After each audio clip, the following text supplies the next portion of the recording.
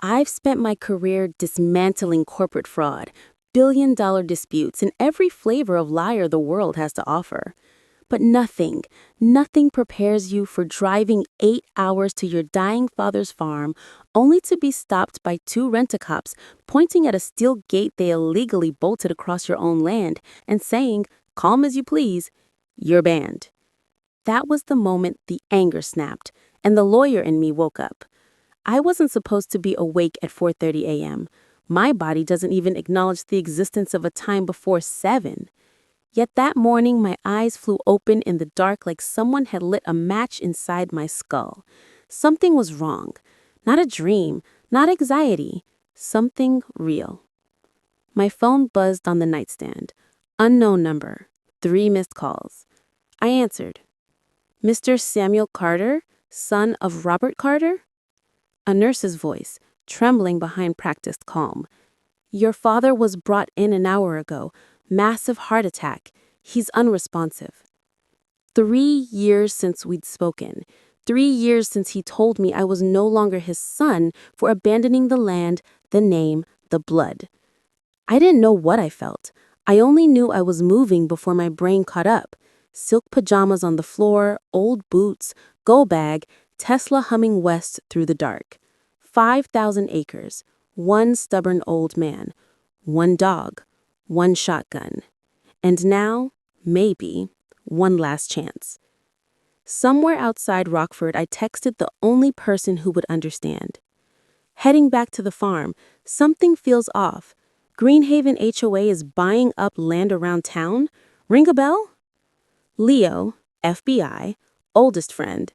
I'll look. Let me know if it smells like fraud. I set the phone down and drove into the past I'd spent half my life outrunning. The hospital room was too quiet, too white. My father looked small under the thin blanket, smaller than the man who once lifted tractor engines the way other people lift grocery bags. Tubes, wires, the slow beep of a heart that wasn't sure it wanted to keep going. The doctor said he'd been found collapsed outside a liquor store. My father hadn't touched alcohol in 30 years.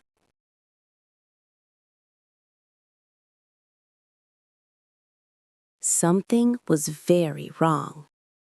I left the hospital at dusk and drove the last 20 minutes to the farm. The old wooden gate was gone.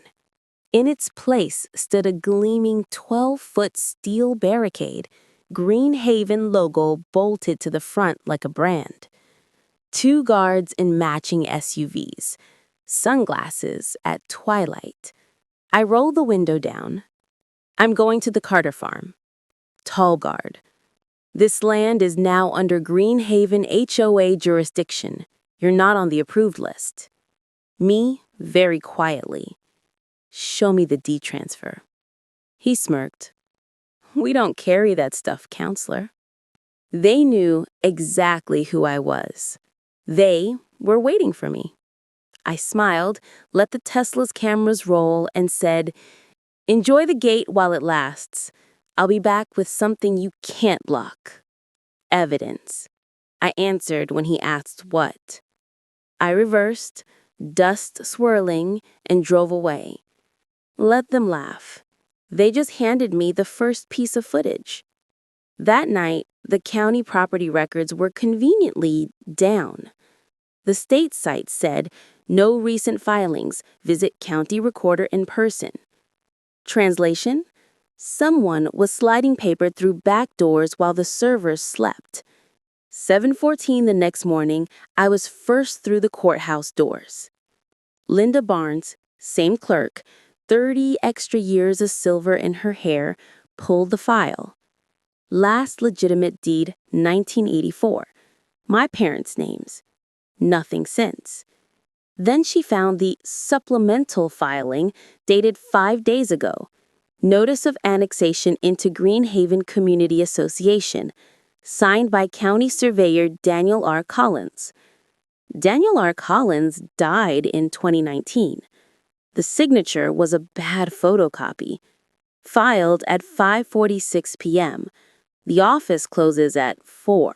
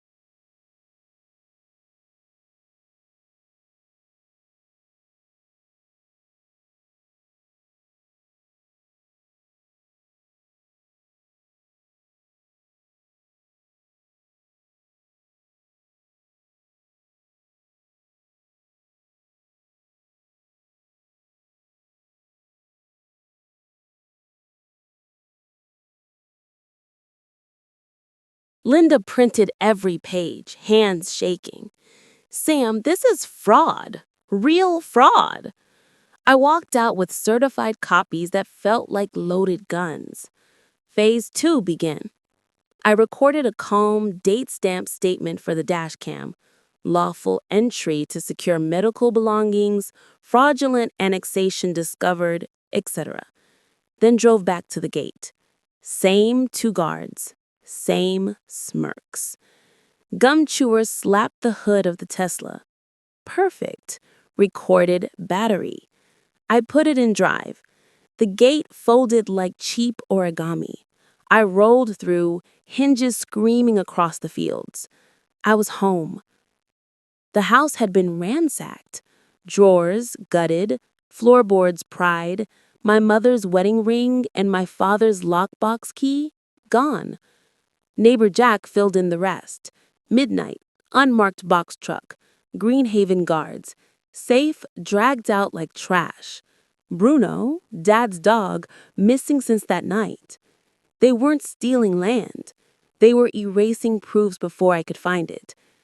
I didn't even make it off the porch before 2 sheriff cruisers roared up the drive, lights flashing.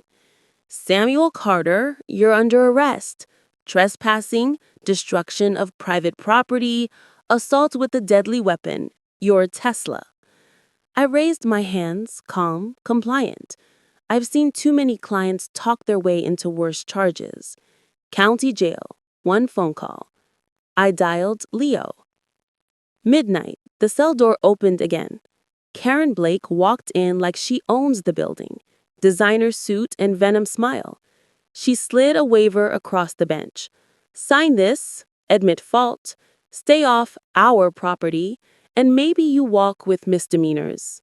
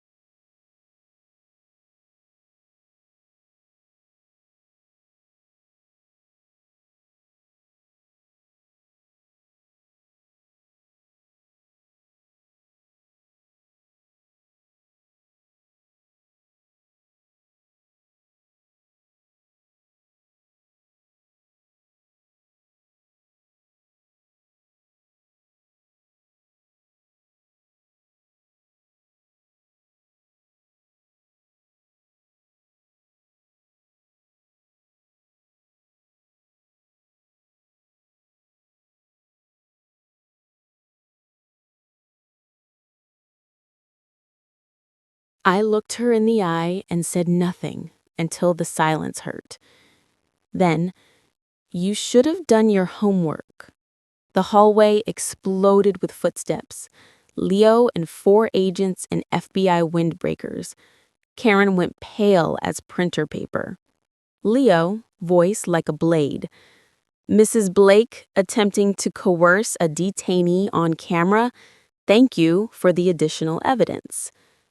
They took me out of that cell and straight to Green Haven headquarters. Federal raid, battering ram, hard drives bagged. In Karen's office, my father's pried-open safe, empty. On her desk, under warm lamplight, a velvet pouch. Inside, my mother's wedding ring. She hadn't cataloged it as evidence. She kept it because she wanted it. Leo's hand landed on my shoulder. "She's done." They found the emails that night. Greenhaven was the front for a developer planning a multi-county land grab corridor. My father wasn't the first target. He was supposed to be the last one standing in the way, and he wasn't supposed to survive the week. 17 years. That's what the judge gave Karen Blake. Dad stood beside me in his old blazer, breathing like every breath still hurt. We didn't cheer. We just walked out into the sunlight. The steel gate was chainsawed down the same day.